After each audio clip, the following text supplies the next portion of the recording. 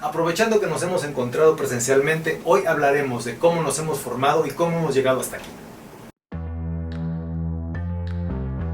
Metálogo Saldir Plashta es un espacio donde se exploran temas significativos, desde la razón, la emoción y la conexión humana, yendo siempre más allá de lo evidente.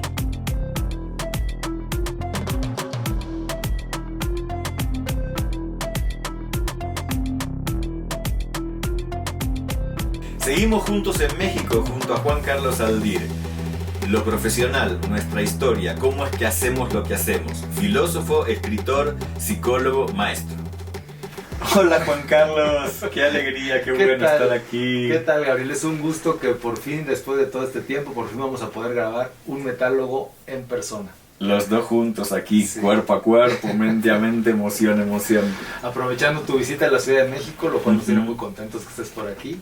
Pues nada, yo creo que estaría bueno pues explicarle a la gente qué planeamos hacer para esta ocasión, hacerlo un poco diferente, hacer un formato un poco distinto, un poquito quizá más personal y bueno, ¿tú qué opinas? Sí, hacerlo así es aprovechar la cercanía física, el contacto físico, el contacto de persona a persona para poder hacer una conversación, un metálogo más cercano, más íntimo, además donde podamos platicar un poco acerca de nosotros mismos, cosa que nunca solemos hacer, ¿no?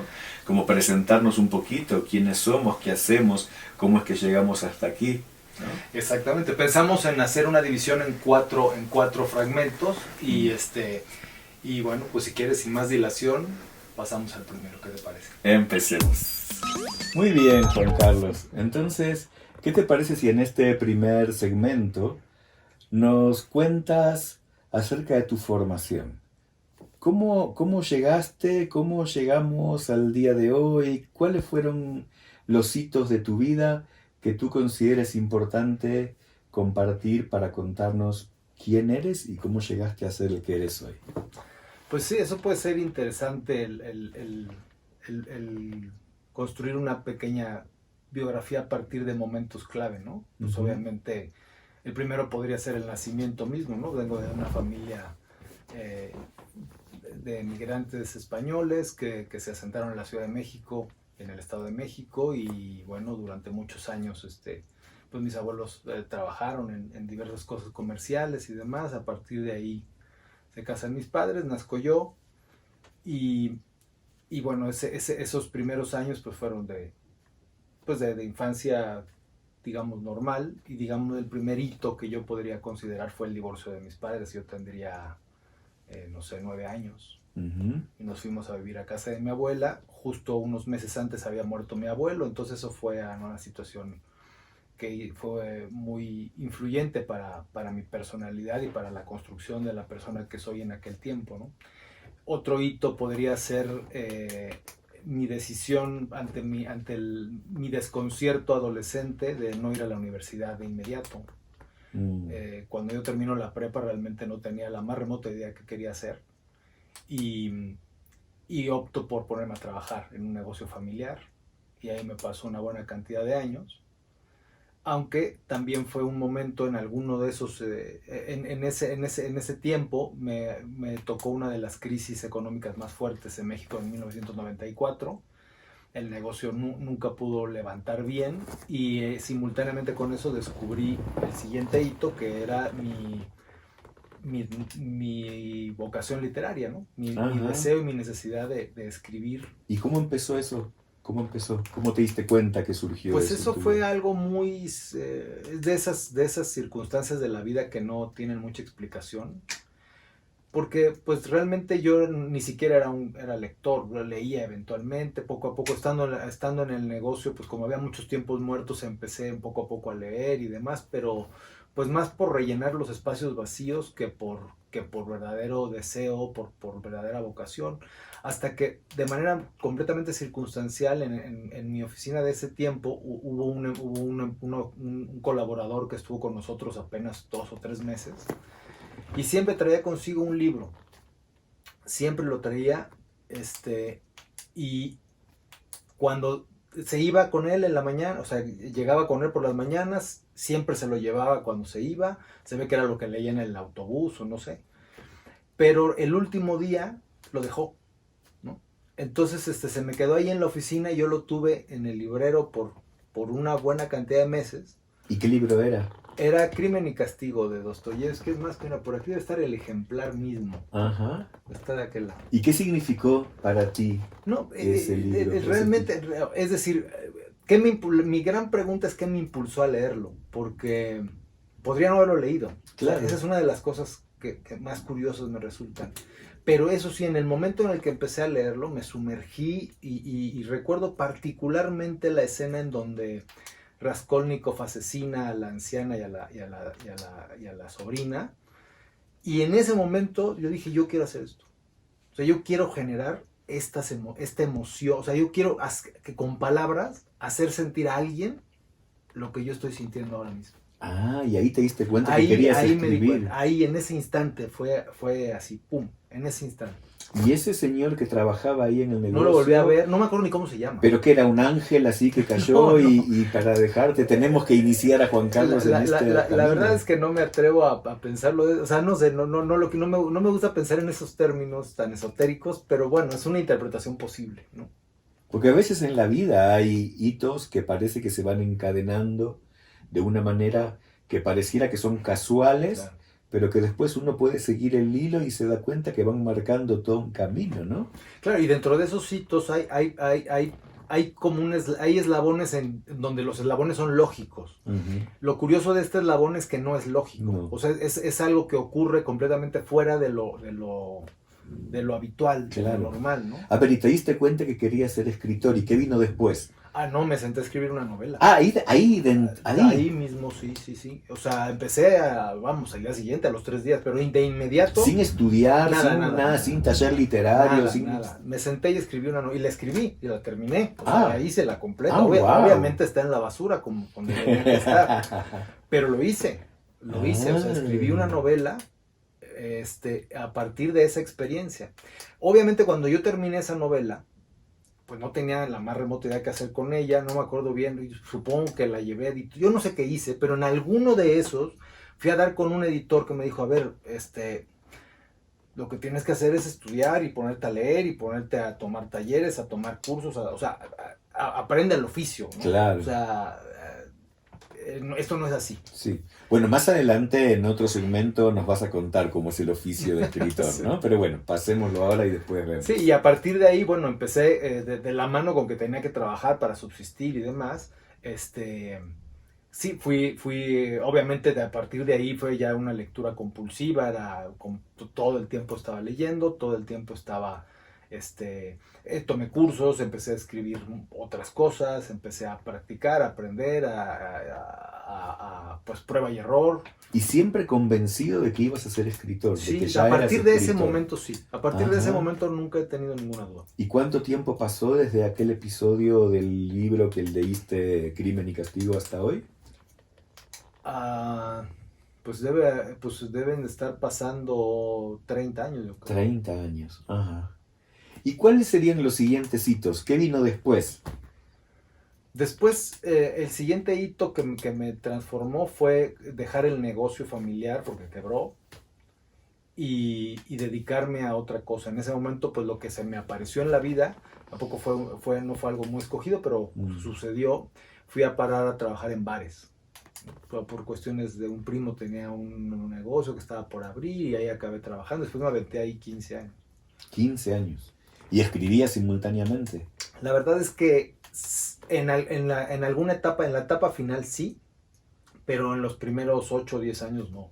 O sea, era muy intenso, terminaba muy cansado, se volvió complicado. Entonces ahí fue un periodo en donde yo realmente no podía, no escribía, no. Y después sí, ya llegó un momento en el que pude empezar a escribir y ahí escribí ya mi primera novela que pude publicar. Ahora nos cuentas de ese hito. Pero antes de eso seguramente estudiaste. Sí, bueno, ¿Qué estudiaste? Primero entré a diversos talleres literarios. Después decidí entrar a la universidad, entonces me inscribí en la UNAM para estudiar literatura hispánica. Uh-huh. Y pues ahí estaba yo, ¿no? Trabajaba, estudiaba y demás, y más o menos a la mitad la universidad entra en huelga. Entonces hubo un parón de 2 años. Y en esos 2 años, pues claro, cuando yo volví, ya no eran los mismos maestros, o sea, se desajustó por completo. Yo supongo que después retomó el cauce, pero en el momento en el que retomamos, pues para mí fue muy desilusionante. Entonces lo que ocurrió fue que yo entré a un diplomado, dejé la universidad y entré a un diplomado de creación literaria de alguna manera más formal, que duraba 2 años en la Sociedad General de Escritores de México. Y ahí estudié el primer año y después tuve que dejarlo porque tenía que trabajar, me surgieron unos proyectos y después lo retomé, hice el segundo año y en ese retomar y en ese segundo año fue que escribí mi novela, la novela que ya publiqué. Y bueno, después también estudié filosofía, ya en la universidad de manera formal, estudié una maestría en filosofía y esencialmente en términos de formación, eso es... Ajá, bien. ¿Y tu primera novela vino? Ese fue un hito también. Sí, por supuesto. Claro. Sí, sí. ¿Y cómo fue el verte publicado, sentirte publicado? ¿Cómo lo viviste? Bueno, fue también, fue interesante porque yo termino mi novela, termino ya, la que yo sentía que esa sí ya estaba para publicarse. Esa es Asesino de Muertos. Asesino de Muertos. Y entonces, pues nada, empiezo a buscar qué hacer, ¿no? Fui a dar con un editor, Fernando Fernández, que es un tipazo con el que trabajé, me ayudó mucho a pulirla y demás, y me ayudó a conseguir dónde publicarla, ¿no? La publicamos en una editorial pequeña que se llama Lectorum.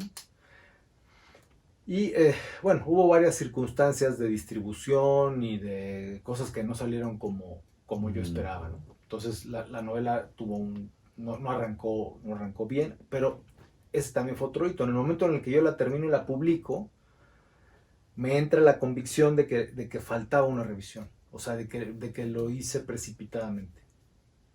Entonces, simultáneamente con la novela ya publicada, empiezo a retrabajar el texto.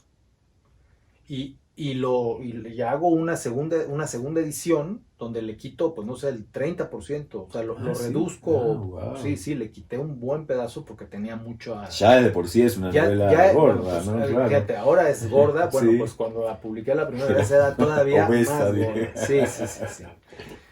Entonces yo con esa segunda edición, pues lo que yo claro, quería publicarla, pero quería yo hacer un trato distinto porque pues, las cosas con esa editorial no habían funcionado del todo bien, muy probablemente para ambos.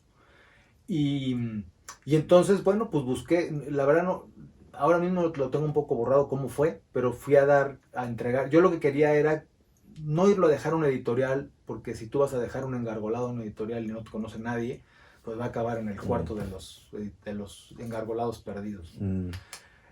Que me leyera alguien y por medio de un amigo que no sé qué conoció y entonces se conoció a una editora que total que se lo pude entregar, ella lo recibió y varios meses después me llamaron para decirme que sí me lo publicaba. Wow. Entonces en ese momento Punto de Lectura, que pertenecía en ese momento a Editorial Santillana, me publica la primera novela.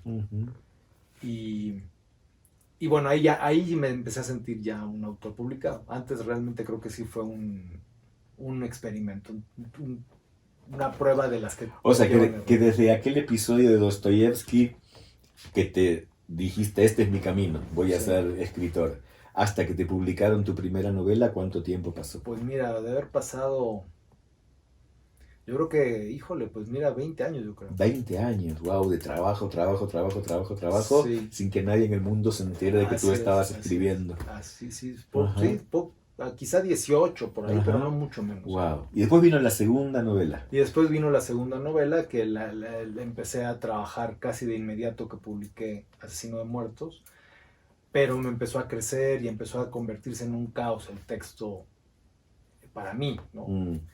Y eventualmente tuve que decidir, o sea, necesito empezar por algún sitio, necesito tomar un fragmento de esto y convertir esto en una novela.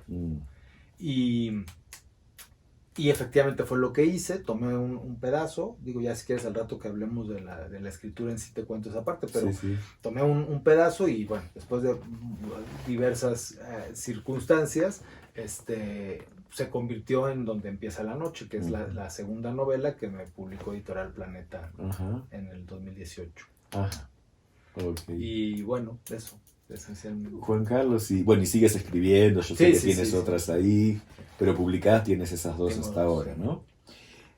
Sin embargo, la pregunta que me sale ahora hacerte es, ¿cómo llegamos hasta aquí nosotros dos, no? Porque supongo que además de escribir debes haber hecho otra cosa, si no nunca nos hubiéramos conocido. Sí, bueno, obviamente fue un largo camino en muchos sentidos, porque al mismo tiempo que estaba yo buscando mi mejora en términos de mejorar mi técnica literaria, de tener más lecturas, de tener más conocimiento literario y demás, también existían en mí una serie de cuestionamientos y de cosas que me llevaron a estudiar filosofía, por ejemplo, y de la filosofía empezar a coquetear con, o sea, cada vez buscar, no había como un autor que me resultara, que pudiera yo tomar su obra como un referente para poder leer a los demás, ¿no? O sea, leía todo lo que te mandan leer en la carrera y otros libros que te llegan y demás, pero no terminaba yo de colocar eso en un sistema de pensamiento, ¿no? Y también un poco por accidente di con un libro, y igual, o sea, eso fue en una librería, fui a comprar libros, pero vi los libros de Wilber, y además recuerdo que me resultaron particularmente poco simpáticos, porque, por ejemplo, uno de los títulos era Breve Historia de Todas las Cosas, ¿no? Sí. Entonces yo decía, bueno, ¿qué le pasa a este señor para asumir Breve Historia de todo? Ya no me acuerdo ahora bien, ¿no? O sea, Breve Historia de Todas las Cosas era menos gordo que tu primer novela. Y ahí en ese libro pensaba poner toda la historia de todas las exactamente. cosas. Yo decía, ¿cómo se atreve? ¿Cómo se atreve, atrevido? Y con todo y esa antipatía dije, bueno, pues a ver, y me llevé uno, sin ningún referente, sin que nadie me lo recomendara, o sea, di en el montón de los libros, lo encontré y lo leí, y a partir de ese momento es otro gran hito en términos intelectuales, en términos cognitivos, en términos filosóficos para mí, ¿no? Porque sí me generó, me participó de su sistema, y a partir de ese momento yo he podido construir mi propio pensamiento apoyado en sus bases teóricas. Sí. O sea que hoy día que Wilber es un referente muy importante para ti. Sí, yo creo que es el referente principal. Ajá. Y eso también me llevó a pasar por múltiples crisis en la vida, y una de esas crisis me llevó a buscar algún tipo de certificación, actividad, curso, algo, pero no quería un curso de fin de semana, sino algo que fuera transformador y que me permitiera utilizarlo como una herramienta de desarrollo, buscar algo que tuviera que ver con el cuerpo, ¿no? Algo que tuviera que me hiciera conectar el cuerpo con la cabeza, ¿no? Porque realmente sí, creo que históricamente en mi vida siempre han estado muy separados. Ajá. Y siempre le he dado más preponderancia al pensamiento, a la intelectualidad y demás. Y entonces en esa búsqueda, también, pues, de las cosas que pasan un poco por accidente, un amigo que conocí en un curso de Wilber, me llevó a una respiración holotrópica, y esa respiración holotrópica la llevaba a cabo una escuela argentina, que no sé si te suena, la EPTI. La EPTI, claro. Y no me preguntes por qué, pero al poco tiempo hablé con Claudia Saviñón, y me inscribí, y la respiración fue en septiembre. En enero estaba yo en Mendoza cursando el primer... Y ahí fuiste mi alumnito, y ahí nos conocimos. Además fuiste el primero, o sea, porque además llegué tarde, porque el avión fue un lío, el vuelo se traspapó, o sea, yo llegué del taxi, me bajé, dejé mi maleta, y lo primero que hice fue entrar a tu salón. Y ahí nos conocimos. Ok, muy bien. Pues ahora te regreso las preguntas, danos un panorama. Así, de una, cambiamos y tú me entrevistas ahora a mí. Ok. Sí, vamos. O sea, que el primer bloque lo hagamos así. Entonces, ¿qué quieres saber, mi querido Juan Carlos? Pues te haría una pregunta semejante, más o menos un panorama de cómo el pequeño Gabrielito se convirtió en Gabriel Plachta, que hoy está aquí enfrente de mí. Bueno, voy a empezar rápidamente como tú porque, a ver, hay muchas diferencias y muchos puntos en común y esto es bien interesante, ¿no? Yo nací en una familia en Argentina judía de clase media. O sea, mis cuatro abuelos vinieron de Europa central y del este. Tengo abuelos polacos, rusos y húngaros, ¿sí? Que vinieron después de la Primera Guerra Mundial, pasaron penurias, pasaron hambre en sus tierras, vinieron a Argentina sin saber mucho qué era Argentina, qué era Latinoamérica, sin tener la menor idea, ¿no? ¿Sí, hablaban el idioma? No, claro que no, claro que no, claro que no. Toda la vida hablaron yiddish, que era el idioma que hablaban los judíos europeos de esa zona. Claro que después aprendieron castellano, mi abuelo montó un negocio que le fue muy bien, vendía cosas que hoy ya no existen, que eran impermeables para lluvia, gorras para lluvia, botas para lluvia, todo para lluvia, implementos para lluvia. Hoy ya nadie usa todos esos elementos, ¿no? Pero bueno, ahí trabajó mi papá, de eso vivió mi familia, tuvo una educación normal en Argentina, bien clase media argentina. Argentina, tierra de psicólogos, tierra de psicoanalistas, ¿sí?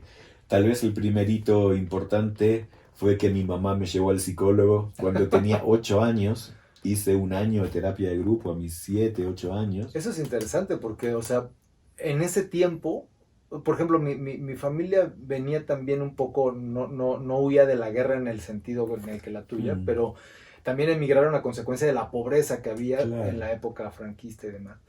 Y lo último que se les ocurría era llevar a un hijo al psicólogo. O sea, pero esa es una diferencia entre México y Argentina. O sea, en Argentina históricamente arraigó muy fuertemente el psicoanálisis. Hubo muchos psicoanalistas argentinos que no se formaron obviamente directamente con Freud, pero sí con los discípulos de Freud, trajeron el psicoanálisis a Argentina por algún motivo que escapa a mi comprensión, aunque puedo tener algunas ideas, ¿no? Floreció mucho el psicoanálisis en Argentina. O sea, en Argentina la gente va al psicólogo no porque esté enferma o porque esté loca o porque tenga alguna psicopatología, como es acá en México, ¿no? Sí.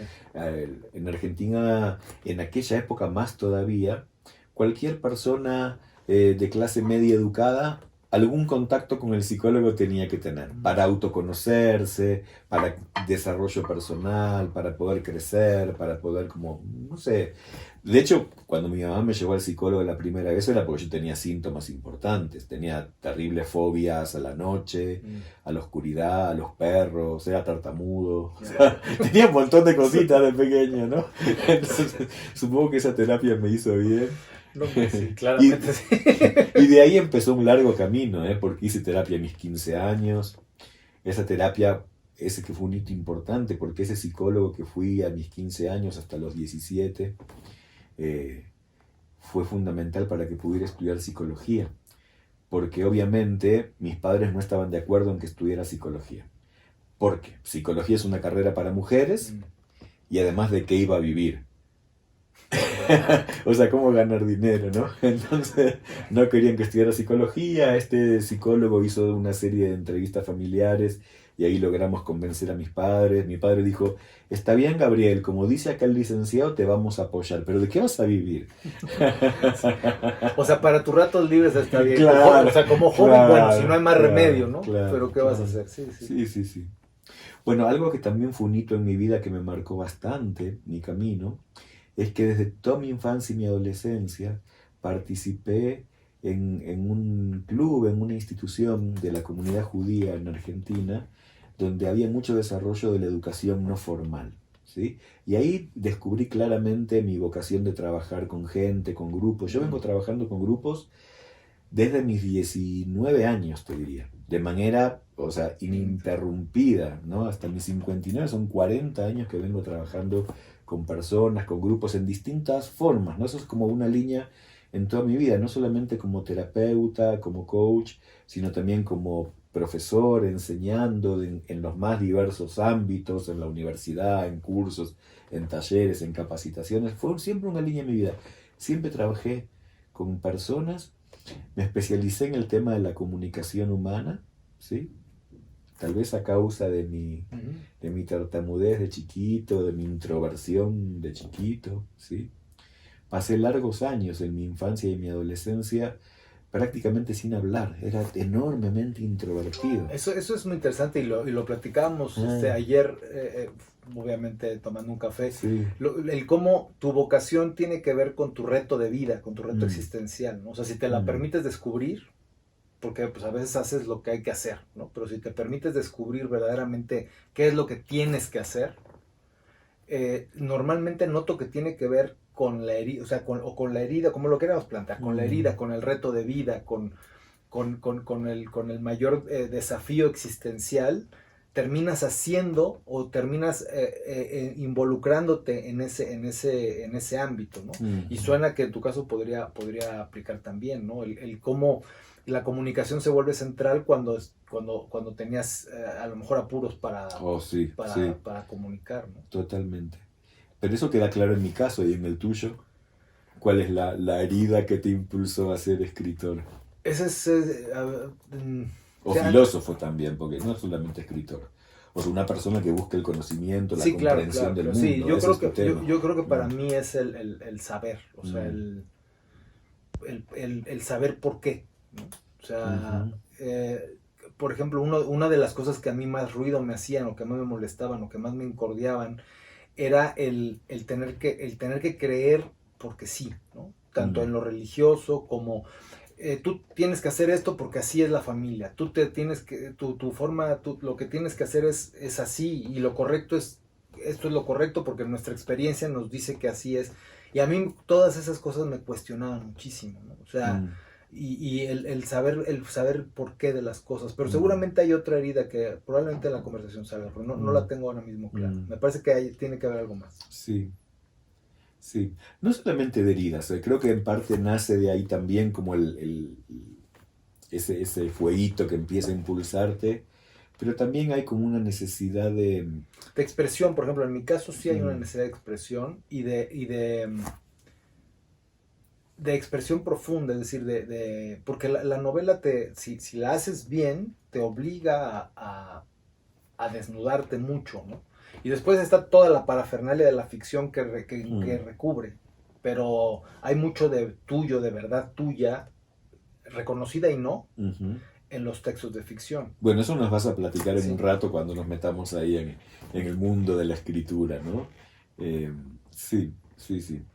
Estaba pensando que además en la herida también hay como una necesidad como de adaptarte al mundo en el que te tocó aparecer, ¿no? Claro. Porque, a ver, de hecho, de chiquito mi vocación no era ser psicólogo, ¿no? Incluso después de la experiencia de esa primera terapia de los 8 años. Yo tenía una vocación muy clara de chiquito, cosa que no es muy común, la verdad. Yo quería ser, mira, escritor, y ahí tengo un amigo escritor.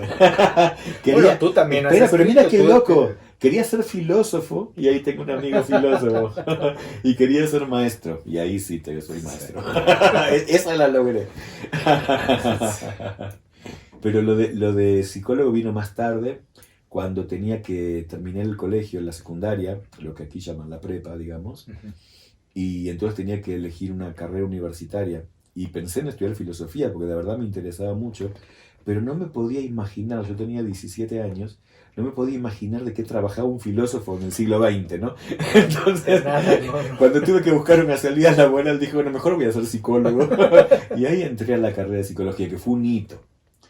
Y si seguimos con esto de los hitos, para no extenderme demasiado y puntualizar algunas cosas importantes, lo primero importante en mi formación universitaria es que nunca me sentí muy inclinado por el psicoanálisis, que era la línea que imperaba en ese momento. Siempre tuve vocación como de cosas, o sea, ya que íbamos a hacer terapia, quería ser más eficaz, como poder ayudar a las personas de una manera que sea más eficaz. Entonces me interesé por lo que en ese momento era la línea sistémica, Palo Alto, California, terapia sistémica, familiar, con mucho énfasis en la comunicación. Hubo un librito que era La teoría de la comunicación humana, de Paul Václavic, que me voló la cabeza en ese momento. Luego de leer ese libro supe que nunca iba a ser psicoanalista, que iba a buscarlo por otro lugar. Y lo curioso, cuando tú cuentas ese encuentro en la librería con el libro de Wilber, ¿no? hubo un hito que fue muy especial, que también bien ahí el angelito que te puso el libro de Wilber, ahí me puso otro librito, que marcó un camino, claramente, que fue ver 2 libros que me atraparon, también en una biblioteca, en una librería, me atraparon por el nombre. Uno era La estructura de la magia y el otro era De sapos a príncipes. Los 2 libros son de Bandler y Grinder, que son los creadores de la programación neurolingüística. La magia, para mí, es una palabra que siempre me atrapó. O sea, tuve siempre una fascinación por la magia. De chiquito, con el mago Houdini, vi una película que vi 800 veces. Lo que me movía a mí era que tenía como una intuición. ¿Qué es lo que mostrabas de mí en esa película de Houdini? Que había una magia de verdad. O sea, que una vez que uno se había especializado en aprender muchos trucos, sucede que había una magia de verdad, que no tenía que ver con los trucos, pero los trucos era como una aproximación, eso, como a la magia de verdad. Entonces me atrapó mucho la magia. Y en el prólogo decía que la magia tenía una estructura y que esta estructura se podía enseñar, se podía transmitir. Y la magia de estos magos eran los grandes terapeutas que en aquella época existían en Estados Unidos y que Bandler y Grinder estaban modelando, o sea, querían como aprender cómo era la magia de ellos para enseñársela a otros. Y ese otro era yo, tenía muchas ganas de aprender eso. El prólogo también de ese libro era de Gregory Bateson, que era intelectualmente una persona que a mí me importaba mucho en ese momento, y Bateson decía en el prólogo: estos chicos, refiriéndose a Bandler y Grinder, están haciendo lo que yo siempre quise hacer y no pude hacer porque no tenía las herramientas intelectuales que ellos hoy tienen. ¡Wow! Me flasheó la cabeza. Pocos meses después empecé a estudiar PNL en la primera escuela argentina de PNL, de programación neurolingüística, que estaba recién arrancando por esos años, era el año 88, 89.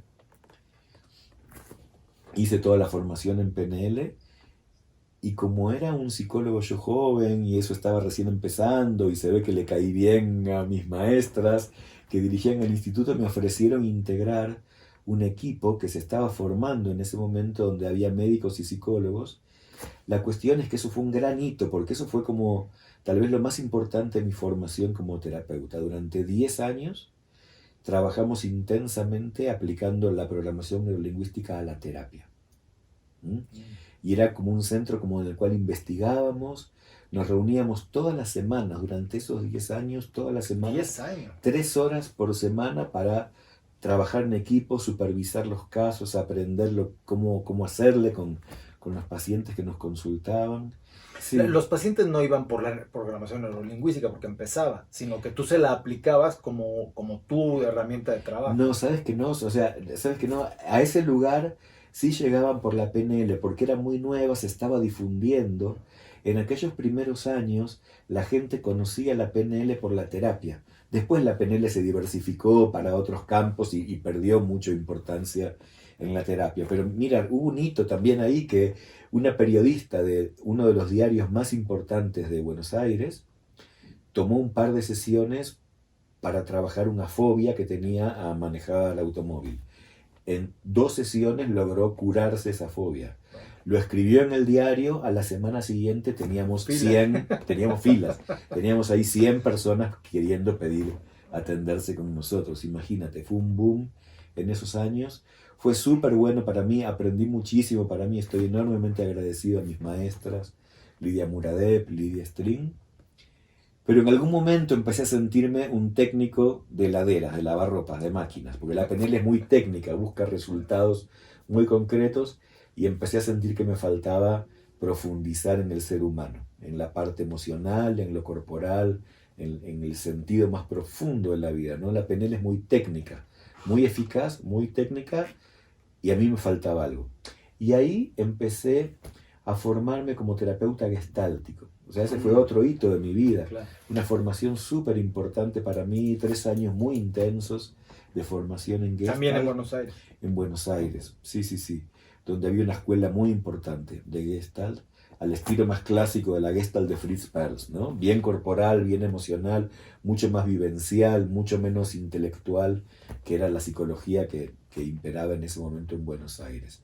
Y ahí en Gestalt, también siempre por invitaciones de amigas y amigos que estaban como en el camino de aprender cosas, tomé contacto con la respiración holotrópica, que tú hablaste antes, que es una creación de Stanislav Grof, que también de una manera muy experiencial y a través de la respiración profunda, una música, un trabajo, ahí empieza la psicología transpersonal, los estados expandidos de conciencia. Bueno, hago toda la formación con Grof, hasta el año 1999, que nos certificamos, el primer grupo de facilitadores de Latinoamérica. Y esas fueron como mis 3 grandes formaciones, los 3 grandes hitos de mi vida: PNL, Gestalt y psicología transpersonal y respiración holotrópica. Pero de ahí ya pasaron más de 20 años. Claro, claro. En ese módulo de certificación tuve una experiencia muy intensa, transpersonal, como que una voz interior muy fuerte me habló y me dijo: Gabriel, a partir de ahora, esta es tu última formación. A partir de ahora no te formas en nada más, no estudias más. Muy políticamente incorrecto, ¿no? No estudiar más. A ver, sí seguí estudiando, lo cierto es que efectivamente fue mi última formación, ¿no? O sea, lo que me di cuenta era que había estudiado formas de terapia, de crecimiento personal, de trabajo con las personas, que eran tan distintas las unas de las otras, que había estudiado, que necesitaba empezar a integrar. Y es lo que he hecho estos últimos 20 años. Empecé como a integrar todas estas distintas líneas de trabajo, y en un trabajo profundo de integración, de sanación, de trabajar mucho con la gente. Y en este proceso, ahí viene tal vez el último hito, que tiene que ver con cómo nos conocimos nosotros. Porque un compañero de la formación con Grof, Daniel Taropio, venía creando su escuela, que es un muchacho con talento. Un muchacho con talento, sí, sí. Él creó la Escuela de Psicología Transpersonal Integral, creó la danza primal, el modelo de las interacciones primordiales. Entonces, hace ya unos 15 años, me invitó a trabajar con él, a enseñar PNL. En realidad, como yo era experto en PNL, él me invitó para que yo enseñara PNL en su escuela, y luego la PNL fue llevando a la comunicación primordial, y la comunicación primordial fue llevando al coaching primordial, y ahí empecé a trabajar full, a dar clases en su escuela, y ahí es donde nos conocimos. Exactamente. Estabas en el salón de clase cuando yo ahí estaba en el salón de clase cuando tú entraste. Largo vuelo. Sí, y esa es la secuencia de hechos que nos fueron como haciendo quienes somos y que nos fueron trayendo hasta aquí hoy. Ahí me resulta también interesante lo que acabas de decir de en algún momento parar de tomar, de formarse, ¿no? A mí me pasó parecido. Bueno, me pasó lo mismo, pero totalmente las motivaciones eran distintas, ¿no? O sea, en mi caso, una de mis debilidades de carácter es que siento que nunca tengo suficiente, ¿no? Nunca tengo suficiente conocimiento, siempre me falta leer otro libro más. Entonces nunca estoy listo. Y en algún punto dije, eso igual, como dices, ya, hasta aquí. Claro.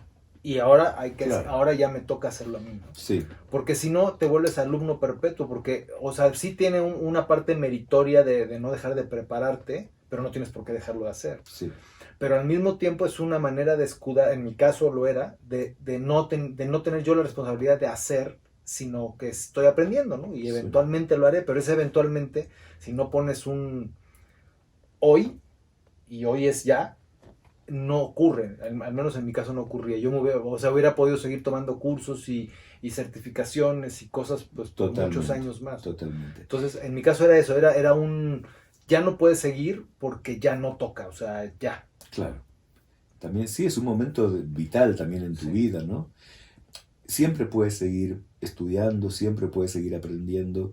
Nunca estamos listos del todo, hasta el día de nuestra muerte nunca estamos listos del todo. Pero eso no quita que en algún momento el llamado es empezar a dar, empezar a compartir, compartir hacia afuera, ¿no? Una de mis maestras de PNL decía como una enseñanza de vida como muy básica, pero muy cierta. Decía, en la vida, o sea, tienes que decir tanto sí como no.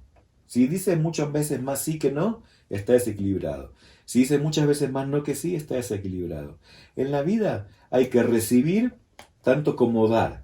Si recibes todo el tiempo, o sea, como que engordas de conocimiento. Entonces en algún momento tienes que empezar a dar, tiene que estar como el balance entre lo que recibes y lo que entregas. Y ser un eterno estudiante es una persona que solo recibe y nunca entrega. Claro. Es como la metáfora esta de la taza, que no recuerdo si lo sé o quién lo ponen como ejemplo, una taza que le estás echando, pues se desborda y se deja de aprovechar, ¿no? O sea, es como lo llenas y lo usas, y lo llenas y lo usas, y lo llenas y lo usas. Porque al final, claro, porque al final una forma de seguir aprendiendo es empezar a dar. O sea, una forma de, en el caso de la terapia o del coaching, una forma de aprender a ser terapeuta es empezar a trabajar como terapeuta, no seguir leyendo libros de cómo ser terapeuta. Claro. Supongo que una forma de aprender a ser escritor es escribiendo y publicando, no siguiendo tomando cursos y estudiando, ¿no? Sí, bueno, en el caso del escritor claramente, o sea, es lo mismo, bueno, es que es lo mismo, o sea, yo no sé si tú consideres la terapia como algo, como un oficio, o como una artesanía, ¿no? O sea, es hacerla. O sea, y el artesano se vuelve bueno en función de que hace más artesanías, ¿no?